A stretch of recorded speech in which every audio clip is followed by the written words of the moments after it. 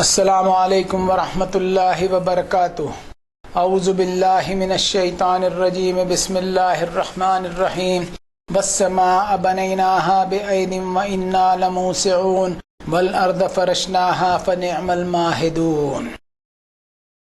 اللہ کی حمد و ثنا، اس کی وحدانیت، اس کی یکتا ہونا، اس کا وننس آف گاڈ ہونا، اس کو تسلیم کرتے ہیں کہ وہ ایک اکیلا مالک اس یونیورس کا، کئی دنیایں اس نے بنا دیا، اسی نے آسمان کو ہمارے چھت کے اوپر تان دیا، اور وہی ہے جس نے زمین کو ایک کارپیٹ کی طرح ہمارے لیے بچھا دیا۔ اس کی قدرتوں کو اگر ہم پہچانیں گے تو ہم اس کی وحدانیت کو ہم پہچان سکیں گے۔ ضرورت ہے کہ انسان اپنے رب کے ساتھ کسی کو ایسوسیٹ نہ کرے، کسی کو پارٹنر نہ بنائے، اس لیے کہ ایسے مشرک جو ہیں، جو اللہ تعالیٰ کے ساتھ شرک کرتے ہیں، ایسوسیٹ کرتے ہیں، وہ ان کے عقل کے جو پیمانے ہوتے ہیں وہ کم ہوتے چلے جاتے ہیں، اور ان کی بے وقوفی جو ہے وہ بڑھتی چلی جاتی ہے۔ ہدیہ درود اور سلام پڑھتے ہیں ہم جناب محمد الرسول اللہ صلی اللہ علیہ وسلم پر، کہ وہ نبی جنہوں نے اللہ تعالیٰ کی کتاب دنیا انسانیت کو پہنچائی، یہ وہ کتاب جس میں ہدایت سے بھرپور مضامین ہیں، یہ وہ کتاب جس میں نالج کی طرف انسان کو گامزن کرنے کے لیے اور اس کو پریرنا دینے کے لیے اس میں بھرپور مضامین ہیں، وہ کتاب جس میں انسانیت کے لیے ایک وارننگ اور ایک ایسی چیتاونی ہے کہ ایک دن ایسا آئے گا اس کی موت کے بعد کہ وہ دن کبھی ختم نہیں ہوگا، وہ زندگی کبھی ختم نہیں ہوگی۔ اس زندگی میں اپنے آپ کو کامیاب کرنے کے لیے اس کتاب میں پورا ضابطۂ حیات اور زندگی کا بندوبست لکھا ہوا ہے۔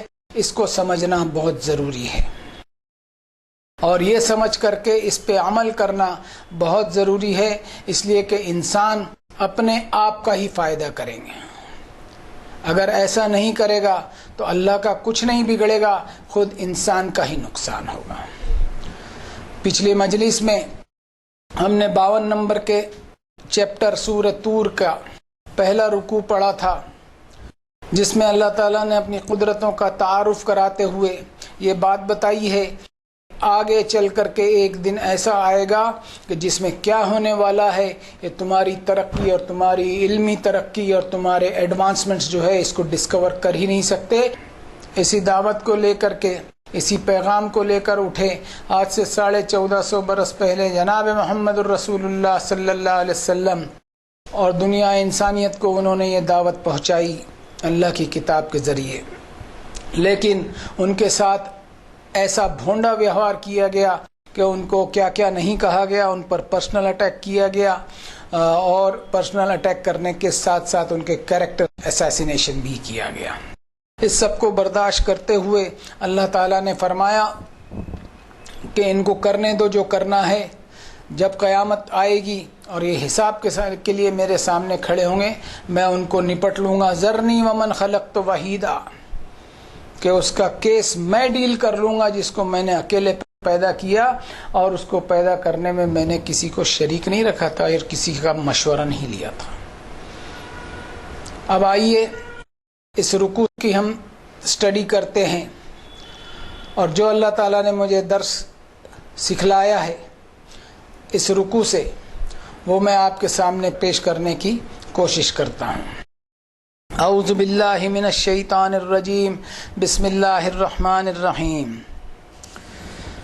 فذکر فما انت بنعمت ربک بکاہن ولا مجنون ام یقولون شاعر نتربص به ریب المنون قل تربصوا فانی معکم من المتربصین ام تأمرهم احلامهم بهذا ام هم قوم طاغون ام یقولون تقوله بل لا یؤمنون فلیأت بحدیث مثلہ ان کانوا صادقین۔ یہ آیت نمبر 29 سے لے کر کے 34 میں نے آپ کے سامنے پڑھی، جس کا ترجمہ اس طرح ہو سکتا ہے: اے محمد صلی اللہ علیہ وسلم، آپ نصیحت کرتے رہیے، نہیں آپ اپنے رب کی رحمت سے کاہن اور نہ مجنوں۔ کیا وہ کہتے ہیں کہ یہ شاعر ہے، ہم انتظار کر رہے ہیں اس پر زمانے کی گردش کا؟ آپ کہیے تم انتظار کرو، بے شک میں بھی تمہارے ساتھ انتظار کر رہا ہوں۔ کیا آمادہ کرتی ہے ان کی عقل اس بات کے لیے، یا یہ قوم ہی سرکش ہو گئی ہے؟ کیا یہ کہتے ہیں کہ اس نبی نے خود سے یہ بات بنا لی؟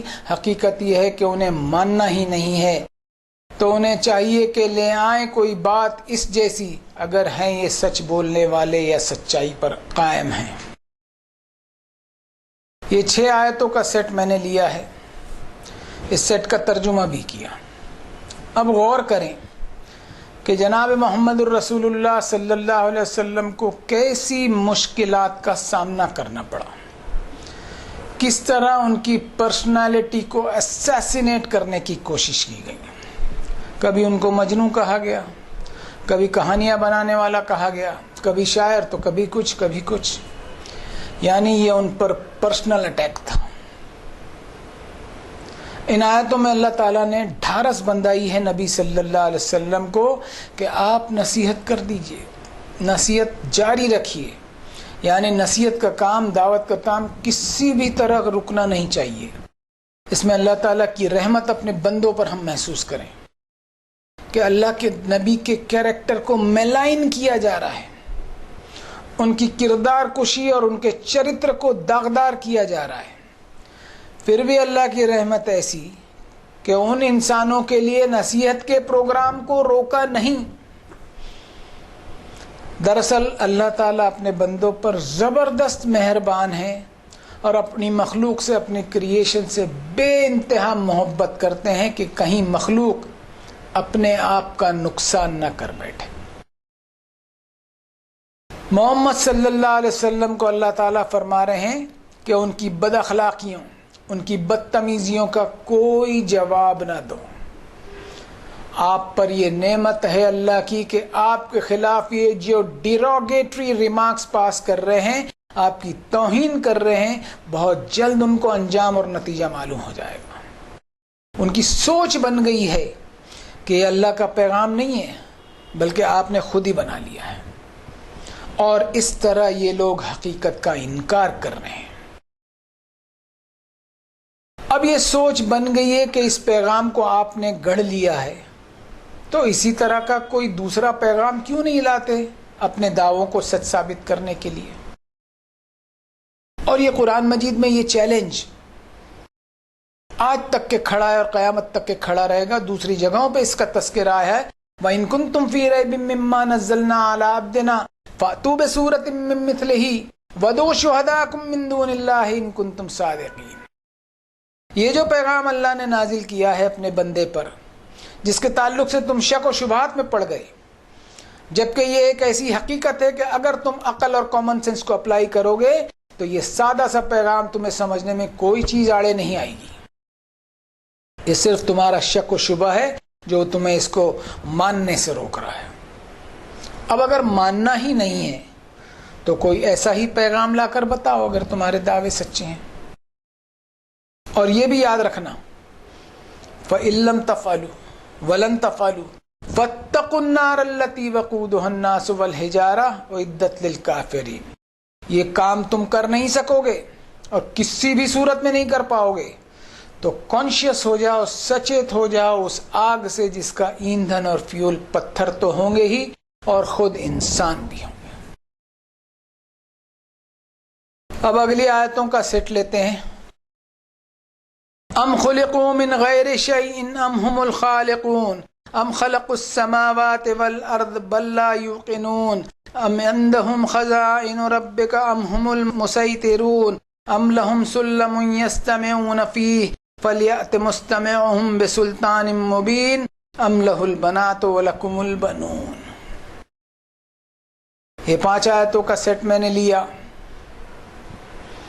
اس کا ترجمہ کرنے کی کوشش کرتا ہوں۔ کیا یہ پیدا کیے گئے ہیں کسی اور چیز سے، یا پھر یہ خود ہی کریٹر ہیں، خالق ہیں؟ کیا انہوں نے پیدا کیا ہے آسمان اور زمین کو؟ حقیقت یہ ہے کہ انہیں یقین ہی نہیں۔ کیا ان کے پاس خزانے ہیں آپ کے رب کے، یا یہ اس کے داروغہ بنے ہوئے ہیں؟ کیا ان کے پاس کوئی ذریعہ ہے جس سے یہ سن گن لیتے ہیں؟ تو چاہیے کہ ان کا سننے والا کوئی کھلی دلیل پیش کرے۔ اور کیا اس کے لیے بیٹیاں اور تمہارے لیے بیٹے؟ یہ میں نے ترجمہ کیا۔ اب ان آیتوں پر غور کریں کہ اللہ تعالیٰ نے انکار کرنے والوں کے سامنے کچھ ایسے ریٹورک کوسچنز، کچھ ایسے سوالات ڈالے ہیں کہ ان کی عقل کے دریچے، ان کے کامن سینس کی کھڑکیاں کھلیں۔ دراصل قرآن مجید ایک انسان کی عقل کو، اس کے لاجک کو، اس کی ریزننگ کو ایڈریس کرتا ہے، اور انسان جب اپنی عقل کو سلا دیتا ہے تو یہ معاملہ اس کے لیے تباہی کا کارن بن جاتا ہے۔ ایک آیت کوٹ کروں گا، ان شر الدواب عند اللہ الصم البکم الذین لا یعقلون، کہ اللہ کے نزدیک سب سے بدترین جاندار وہ ہیں جو بہرے ہیں، یعنی انہوں نے اپنی ان پٹ فیکلٹی کو سلا دیا۔ اللہ تعالیٰ نے ہر جاندار کو کان دیے ہیں، لیکن وہ انسان ہی ہے جس کو کان کے ساتھ ساتھ سوچنے، سمجھنے، کامن سینس کو اپلائی کرنے کی شکتی دی ہے۔ انسان ان پٹ فیکلٹیز کو اگر سلا دے تو اس کے جیسا بدترین جاندار دنیا میں کون ہو سکتا ہے؟ انسان کا معاملہ ایسا ہے کہ دنیا کے ہر معاملوں میں وہ اپنی عقل اور کامن سینس کا استعمال کرتا ہے، لیکن جہاں دین کا معاملہ آیا تو اپنی عقل کو ایک پیار بھری تھپکی دے کر سلا دیتا ہے۔ کیوں دیتا ہے یہ تھپکی؟ اس لیے کہ دین کے معاملے میں توحید کے ساتھ جو قیامت کی جواب دہی کا احساس ایک انسان کی زندگی میں پیوست ہوتا ہے، جس سے ایک انسان کو دنیا کی وہ ساری خواہشوں کو چھوڑنا پڑتا ہے جن کو اللہ نے منع کیا ہے، انسان اس کے لیے اپنے آپ کو تیار نہیں کرتا، اور اس طرح وہ ایک قسم کی مذہبی رسم کو ادا کرتے ہوئے، اپنے آپ کو مذہب پر چلنے والا سمجھتے ہوئے، اپنی عقل کو ایک تھپکی دے کے ہوئے سلاتے ہوئے زندگی گزارتا ہے، اور ایک ایسے اندھ وشواس اور سپرسٹیشیس بلیف پر چل پڑتا ہے جس میں میل فیمیل کی تقسیم اور ڈویژن اور ایٹریبیوشن اور اللہ تعالیٰ کی وحدانیت کی توہین کی جاتی ہے، اس پر وہ چل پڑتا ہے۔ شرک یعنی associating partners with God Almighty, جس میں ایک انسان اگر اپنی عقل کو استعمال نہ کرے تو وہ اللہ کی توحید، اس کی ونس کی توہین کرتا ہے۔ اب ان سوالوں میں اللہ نے انسان کو ایسا جگایا ہے کہ سمپل اور سادہ سی دعوت کو مان نہیں رہا ہے تو کیا اپنی حیثیت کی طرف دھیان نہیں جاتا کہ کس چیز سے اس کو پیدا کیا ہے؟ دراصل انسان اگر اپنی پیدائش پر غور کرے تو کتنا ہی بڑا انسان ہو، کوئی بادشاہ ہو، کوئی پریزیڈنٹ ہو، پرائم منسٹر ہو، کوئی دولت کے انبار میں کھیلنے والا بڑا آدمی ہی کیوں نہ ہو، کٹ ٹو سائز ہو جائے گا اور اپنی حیثیت کو پہچانے گا کہ کس چیز سے اس کو پیدا کیا گیا۔ اب آگے کی آیتیں لیتے ہیں، ام تسألهم اجرا فهم من مغرم مثقلون ام عندهم الغیب فهم یکتبون ام یریدون کیدا فالذین کفروا هم المکیدون ام لهم الہ غیر اللہ سبحان اللہ عما یشرکون۔ یہ 4 آیتوں کا میں نے سیٹ لیا 40 سے لے کر کے 43 تک۔ اس کا ٹرانسلیشن کرنے کی کوشش کرتا ہوں۔ کیا آپ سوال کرتے ہیں ان سے کسی قسم کے اجر کا اور یہ تاوان کی ادائیگی کے بوجھ تلے دبے جا رہے ہیں؟ کیا ان کے پاس غیب کی جانکاری ہے جسے یہ لکھ رہے ہیں؟ کیا یہ کوئی چال چلنا چاہتے ہیں تو جن لوگوں نے نافرمانی کی ہے وہ اپنے ہی چالوں میں پھنسنے والے ہیں؟ کیا ان کا کوئی اور معبود ہے اللہ کے علاوہ؟ سبحان ہے اللہ ان سے جنہیں یہ شریک کرتے ہیں۔ یہ تو ترجمہ کرنے کی میں نے کوشش کی، اب اس کو تھوڑا سا گہرائی میں ہم جاتے ہیں تو سمجھیں گے کہ پھر نہ ماننے والوں سے سوال کیا جا رہا ہے، نہ ماننے والوں سے سوال کیا جا رہا ہے کہ کیا اس دعوت پر ان سے کوئی اجرت، کوئی ریوارڈ یا کوئی محنتانہ طلب کیا جا رہا ہے کہ وہ اس کے بوجھ سے دبے جا رہے ہیں۔ دیکھیے دعوت کا کام جو ہے وہ انتہائی نازک ہوتا ہے۔ دعوت کے کام میں اگر کوئی ویسٹڈ انٹرسٹ آ جائے تو دعوت کا اثر 0 ہو جائے گا۔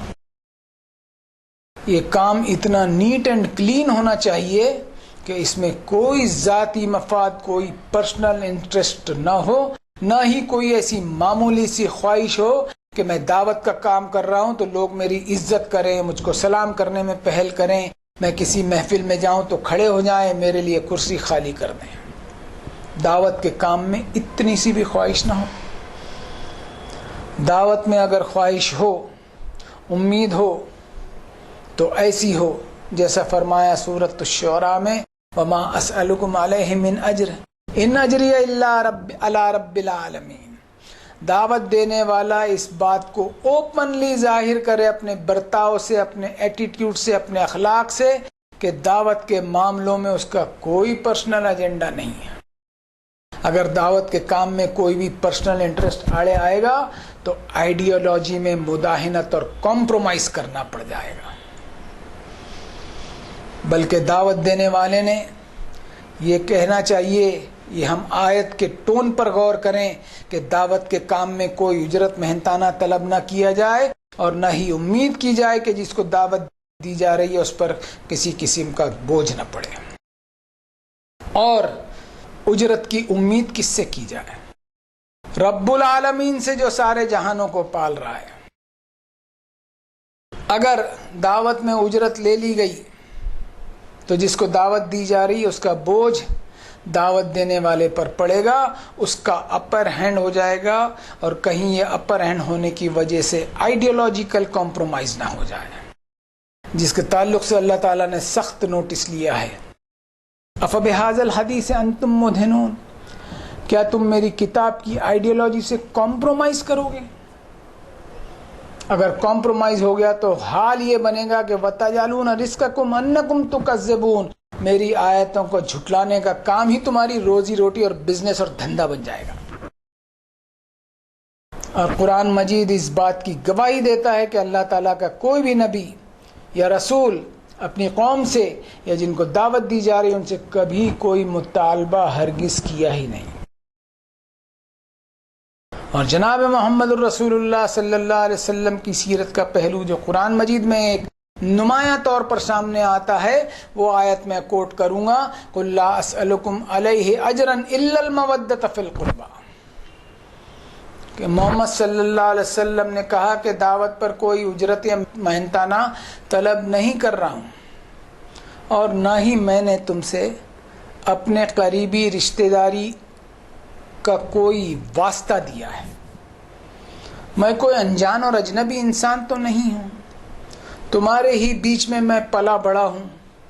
قُلْ لَوْ شَاءَ اللَّهُ مَا تَلَوْتُهُ عَلَيْكُمْ وَلَا أَدْرَاكُمْ بِهِ فَقَدْ لَبِثْتُ فِيكُمْ عُمُرًا مِّن قَبْلِهِ أَفَلَا تَعْقِلُونَ، اگر اللہ تعالیٰ نے اپنی کتاب کا پیغام تمہیں پہنچانے کی ذمہ داری مجھ پر نہیں دی ہوتی تو میں تمہیں اس کی بھنک بھی نہیں لگنے دیتا۔ عمر کا ایک خاصا حصہ میں نے تمہارے بیچ گزارا ہے، کیا تم عقل سے کام نہیں لوگے؟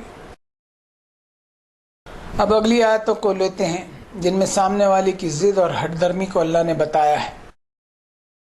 وَإِن يَرَوْا كِسْفًا مِّنَ السَّمَاءِ سَاقِطًا يَقُولُوا سَحَابٌ مَّرْكُومٌ فَذَرْهُمْ حَتَّىٰ يُلَاقُوا يَوْمَهُمُ الَّذِي فِيهِ يُسْعَقُونَ يَوْمَ لَا يُغْنِي عَنْهُمْ كَيْدُهُمْ شَيْئًا وَلَا هُمْ يُنصَرُونَ وَإِنَّ لِلَّذِينَ ظَلَمُوا عَذَابًا دُونَ ذَلِكَ وَلَٰكِنَّ أَكْثَرَهُمْ لَا يَعْلَمُونَ۔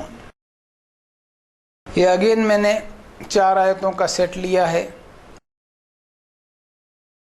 اس کا ترجمہ ایسا ہو سکے گا، اور اگر یہ دیکھیں کوئی ٹکڑا آسمان سے گرتا ہوا تو بھی یہ کہیں گے کہ یہ گھنے بادل ہیں، سو چھوڑ دیجئے انہیں یہاں تک کہ یہ ملاقات کر لیں اپنے اس دن سے جس میں ان کے ہوش اڑ جائیں گے۔ اس دن نہیں کام آئے گی انہیں ان کی کوئی منصوبہ بندی کچھ بھی، اور نہ ہی یہ کہیں سے مدد پا سکیں گے۔ اور بے شک ان لوگوں کے لیے جنہوں نے غلط کام کیے عذاب ہوگا اس کے علاوہ اور بھی، لیکن زیادہ تر ان میں سے جانتے نہیں۔ یہ تو میں نے ترجمہ کیا، اب دیکھتے ہیں ہم اس میں کہ انسان کی آبسٹینیسی، ضد اور ہٹ دھرمی اتنی زیادہ بڑھ جاتی ہے کہ اگر آسمان میں سے کوئی ٹکڑا بھی گرتا ہوا دیکھ لے تو بھی مانتا نہیں۔ یہ اللہ تعالیٰ فرما رہے ہیں، انسان جب اپنی انا، ضد اور ایگو پر اڑ جاتا ہے تو اس پر کوئی دلیل تو کیا کوئی میریکل بھی اثر نہیں کرتا. ساری دلیلیں دے دی گئی، اس کی خود کی تخلیق اور کریشن اور اس کی حیثیت بھی یاد دلا دی گئی، اور اس دعوت پر کوئی ٹیکس یا محنتانہ بھی نہیں مانگا گیا، بلکہ ایک ہمدردانہ طور پر دعوت دی گئی. ان سب کے باوجود اگر اس کو ماننا ہی نہیں ہے تو چھوڑ دو اس کو اس کے حال پر. جب انجام سامنے آئے گا تو اس کی آنکھیں کھل جائے گی، لیکن اس وقت بہت دیر ہو چکی ہوگی کہ انسان کو پلٹنے کا موقع نہیں ملے گا. حضرت موسیٰ علیہ السلام اور فرعون کا واقعہ ہم نے قرآن میں پڑھا بھی ہے. ساری دلیلیں، لاجک، ریزننگ پر دعوت دے دی گئی اور دعوت کے بدلے میں کچھ بھی نہیں مانگا. معجزات اور میریکلز کی ڈیمانڈ اس نے کر ڈالی، وہ بھی پیش کر دیے گئے، لیکن معجزات کو بھی نہیں مانا. اور فائنلی جب اللہ کا فیصلہ آیا، حتیٰ اذا ادرکہ الغرق قال آمنت انہ لا الہ الا الذی آمنت بہ بنو اسرائیل وانا من المسلمین، اس نے اپنے آپ کو سرنڈر کیا، سبمٹ کیا اللہ کے سامنے، لیکن اس نے اتنی دیر کر دی تھی کہ اس نے پلٹنے کا موقع کھو دیا. اور الان وقد عصیت قبل وکنت من المفسدین، اپنی موت کا ادراک جب اس نے کر لیا اب تب سرنڈر کیا، جو اللہ کے قبول کرنے کے سسٹم میں نہیں ہے، اس لیے کہ اسے پورا موقع دے دیا گیا تھا، دعوت دے دی گئی تھی، معجزات بھی سامنے پیش کر دیے گئے. اس کو دعوت پیش کرتے وقت ہی رب تعالیٰ نے پورا چانس دیا تھا، لیکن اس نے بادشاہت کے نشے میں اپنے آپ کو ہی رب اعلیٰ سمجھنے لگا. اس سوچ اور گھمنڈ کے سبب اس کو اب کوئی چانس نہیں ملا. اور فَالْيَوْمَ نُنَجِّيكَ بِبَدَنِكَ لِتَّكُونَ لِمَنْ خَلْفَكَ آیَةً وَإِنَّ كَثِيرًا مِّنَ النَّاسِ عَنْ آیَاتِنَا لَغَافِلُونَ. وقت کے اتنے بڑے بادشاہ کی لاش کو بھی قیامت تک آنے والی انسانیت کے لیے نشانی کے طور پر باقی رکھا گیا. اب یہ بات الگ ہے کہ انسانیت ایسی نشانیوں سے غافل ہیں، اور اس آیت سے یہ بھی لیا جا سکتا ہے کہ موت کا پروسیس جب شروع ہو جائے تو توبہ کے دروازے بند ہو جاتے ہیں. ہم دنیا میں کوئی ایگزام دیں، پیپر کا ٹائم ختم ہو جائے تو موقع نہیں ملتا کہ ہم اپنے پیپر کو کمپلیٹ کر سکیں. ہم نے اپنے وقت کو کھویا تو اس کا انجام تو بھگتنا ہی پڑے گا. وقت رہتے ہم اپنی اصلاح کر لیں. قرآن مجید کے بتائے قانون کے مطابق صرف اور صرف اپنی خود کی اصلاح اور مغفرت کی خاطر. اب آخری دو آیتیں لیتے ہیں.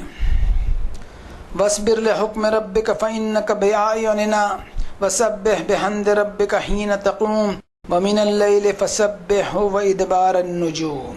صدق اللہ العظیم. یہ آج کے سبق کی دو آخری آیتیں ہیں.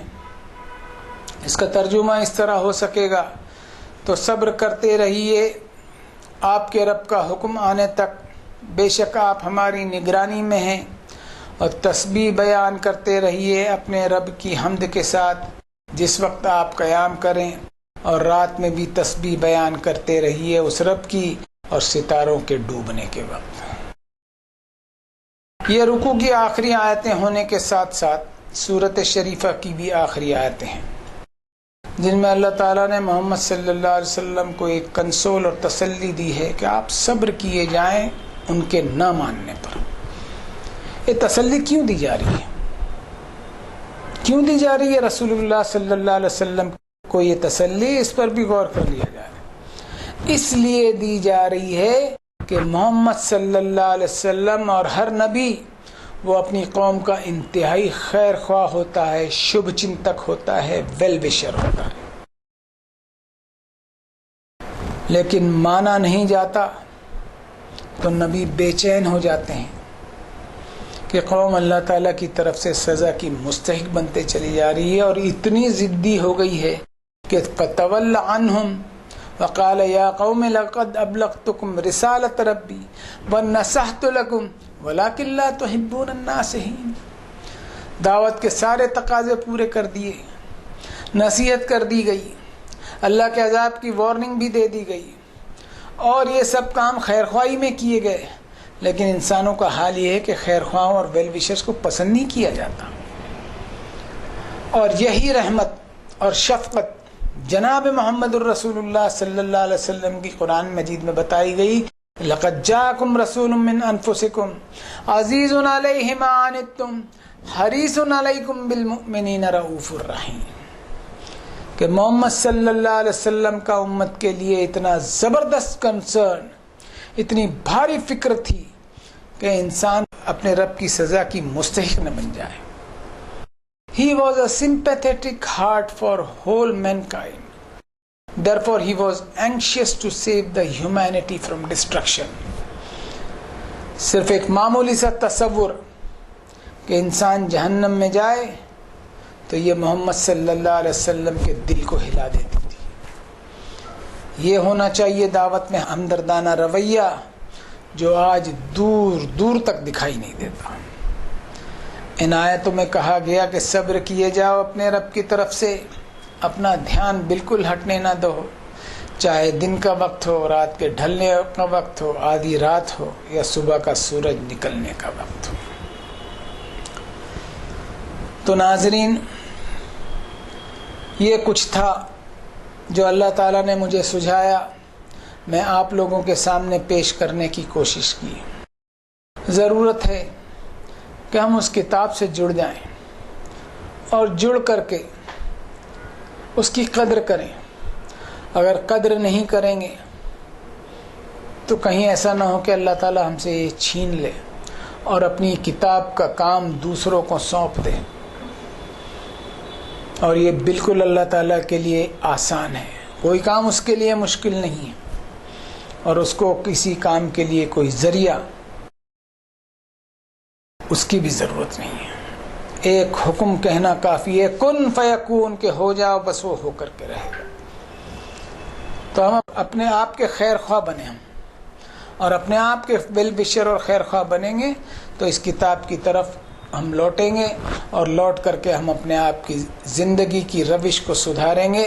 اور ہم دعا کرتے ہیں آج کی مجلس کے اختتام پر کہ ربنا تقبل منا انک انت السمیع العلیم وتب علینا انک انت التواب الرحیم، وصلی اللہ تعالی علی خیر خلقہ محمد وعلی آلہ واصحابہ اجمعین برحمتک یا ارحم الراحمین.